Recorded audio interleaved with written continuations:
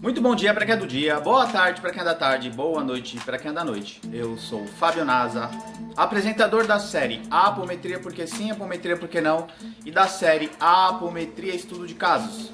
Voltamos com mais um case de sucesso ou insucesso junto à tratativa apométrica. Case de hoje intitulado Fragmentação de Alma. Roda a vinheta.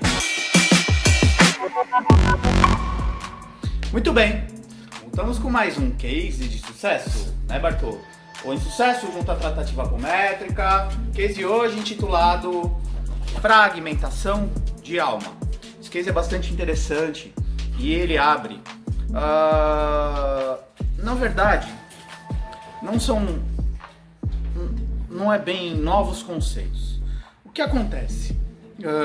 Conforme a nossa consciência vai expandindo, a nossa capacidade de entender algumas variáveis se ampliam, o nosso grau consciencial e cognitivo, né, vai evoluindo, a espiritualidade vem trazendo, né, novos conceitos ou conceitos mais ampliados. Vamos pegar uma analogia. Se você pegar lá, hoje é os meus 44 anos, quando eu estava lá no meu ensino fundamental, na aula de ciências, eu aprendi o modelo atômico, né? Próton, nêutron no núcleo e os elétrons gravitando em torno, né, das camadas eletrônicas. E aí a gente tem a modificação. Se você olhar, vai lá no Pai Google de Aruanda e olha a evolução da representatividade dos modelos atômicos até o modelo atômico atual vigente. Ok. E aí, as verdades, elas se tornam verdades absolutas em um determinado momento, né? E aí elas se relativizam, porque conforme a gente vai, então, tendo maior capacidade de entendimento, isso muda alguns conceitos. Muito bem. Nós temos um case muito interessante de uma senhora que vem a atendimento do interior de São Paulo, e ela traz um contexto do seu filho aí ter estar dentro de um espectro autista, um TDAH, ainda uma situação mal resolvida, mal diagnosticada e tudo mais. Nós já temos, não é este case específico, mas nós já temos algumas narrativas de seres extraplanetários que estão encarnando há pouco tempo aqui e, de certa forma, com uma incompatibilidade com o modelo organizador biológico, né, atual, e aí há um mau funcionamento aí. O que é detectado é como se tivesse um software muito avançado para um hardware obsoleto aí, e aí a gente tem os espectros autistas e tudo mais. Nem todos estariam dentro desse conceito, mas aí a narrativa, eu tenho alguns cases sobre. Aí ela traz um contexto muito interessante que no campo de trabalho nós víamos algo similar, o que no nosso entendimento seria algo próximo de um reptiliano, tá? Gravitando no nosso campo. E um atendimento bastante difícil, os médiums com certos desconfortos no campo mental e tudo mais, e meia-noite muito próximo, cerceando um pouco o atendimento, porque é como se certas palavras que usássemos durante o atendimento poderiam instaurar uma crença limitante aí, a consoante já trazer uma culpa por essa questão de superprotecionismo materno, de tentar entender a questão do filho e tentar, né, até consertar o filho dentro da ótica apométrica e assim por diante. Muito bem, e aí eis então que o meia-noite ele vai instruindo o atendimento, né? É direcionado. A mãe vem no primeiro instante narrando que o atendimento seria para a Fênix, o atendimento seria para o filho, é direcionado para ela, para equilibrar ela emocionalmente bastante instável e tudo mais. Foi dado lá o que a gente chama de tapa de Jesus, né? Para dar uma harmonizada na mamãe. E o atendimento por si só é encerrado, mas durante as narrativas, uma das tarefeiras via um ambiente que ela narrava como ser uma câmara, como se fosse uma câmara egípcia, com alguns símbolos e tudo mais. Aí foi pedido para dar uma segurada nessas informações, entre outras percepções dele. Nós então dispensamos a consolente e o meia-noite ele estava nesse dia irradiado por uma exoconsciência, um caminho contrário a qual já foi vivenciado, onde a exoconsciência acopla no meia-noite, que acopla em mim para ter aí uma possibilidade de comunicação. Dessa vez ela só ficou irradiando nele e ele transmitindo algumas informações de forma direta ao grupo. Muito bem. Olha o Smigol aprontando. E aí, meia-noite traz o contexto e uma narrativa que a gente abre, tá, o nosso campo mental sobre o contexto dos corpos criogênicos, de corpos em animação suspensa e consciências que se dissociam e se programam para encarnar aqui na Terra. É um conceito ainda, eu vou narrar aqui ainda de forma superficial, não sou contemporâneo nesse assunto. A gente tem aí Rodrigo Romo, Fábio Santos, o pessoal do, como é que é? Deixa eu ver, PCE, né?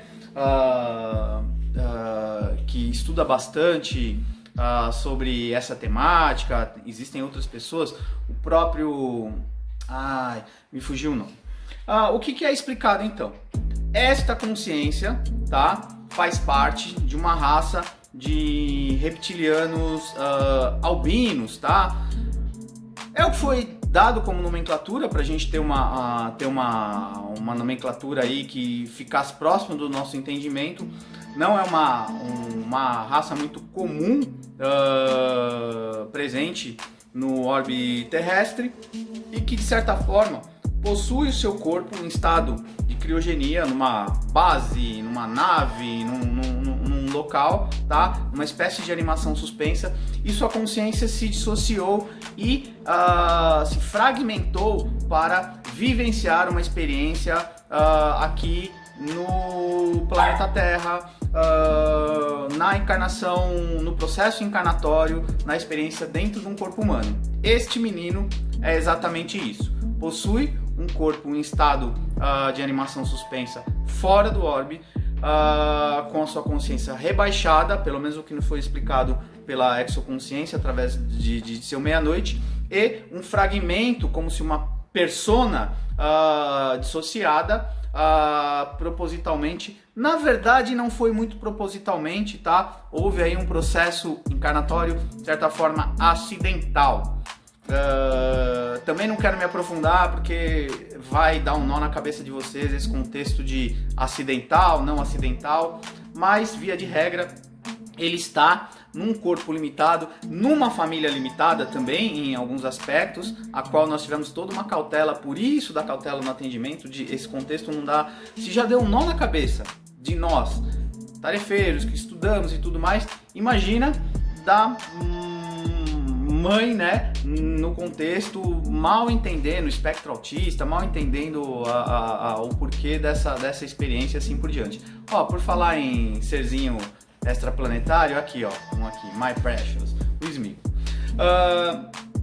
E aí meia-noite explica sobre essas fragmentações de alma, seres que realmente se programam para ter experiências, inclusive experiências como se fosse uma dupla encarnação, a consciência se fragmentando em 2, 3 partes e vivenciando 2, 3 experiências simultâneas aqui na Terra ou em outros espaços, uma aqui na Terra e outra em outra experiência, porque a experiência é uma experiência, a vivência é uma experiência. Quando essa consciência, esse fragmento, esse fractal de alma, esse é o nome correto, esse fractal de alma se reassocia à sua consciência, ela assimila simultaneamente um volume de informações, ele otimiza o processo de aprendizado, tá?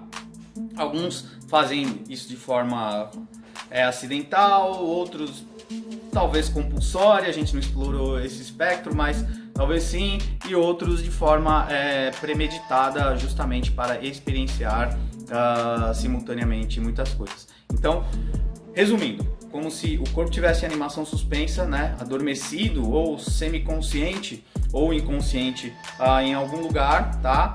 A consciência se dissociasse e se preparasse então para encarnar aqui na Terra. Isso abre 1 zilhão de possibilidades. Inclusive, o Meia-Noite abriu um espaço para um bate-papo. Falamos sobre alma gêmea, a possibilidade então dessa consciência fragmentada em dois fractais de alma, experienciando em 2 corpos no plano, na vida física aqui. Talvez poderiam se encontrar e ser as vulgo almas gêmeas. À noite, refutando, né, o que a exoconsciência estava explicando, diz que sim, isso é raro de acontecer, mas é possível. O que mais que foi falado dentro desse contexto? É um contexto possível, mas não muito comum e não muito eficiente, porque normalmente esses fractais de alma viriam para experienciar coisas o mais opostas possíveis, para acumular o maior número de experiências possíveis, como por exemplo encarnar no Oriente e no Ocidente, como encarnar no meio capitalista e no meio socialista, porque serão 2 estímulos a essa consciência diferentes que depois, quando elas voltam à sua unicidade, elas têm um cumulativo de informação muito maior. Faz todo um sentido. Depois, no outro dia, o grupo ficou aí debatendo sobre o assunto e isso abre 1 zilhão de possibilidades. Isso vai de encontro com as informações que as exoconsciências têm trazido para a gente, na verdade uma precisamente, e com o estudo que vem aí, o Despertar, né, que vai quebrar uma série de paradigmas, fazendo aí com que a gente saia, expanda ainda mais o campo de visão.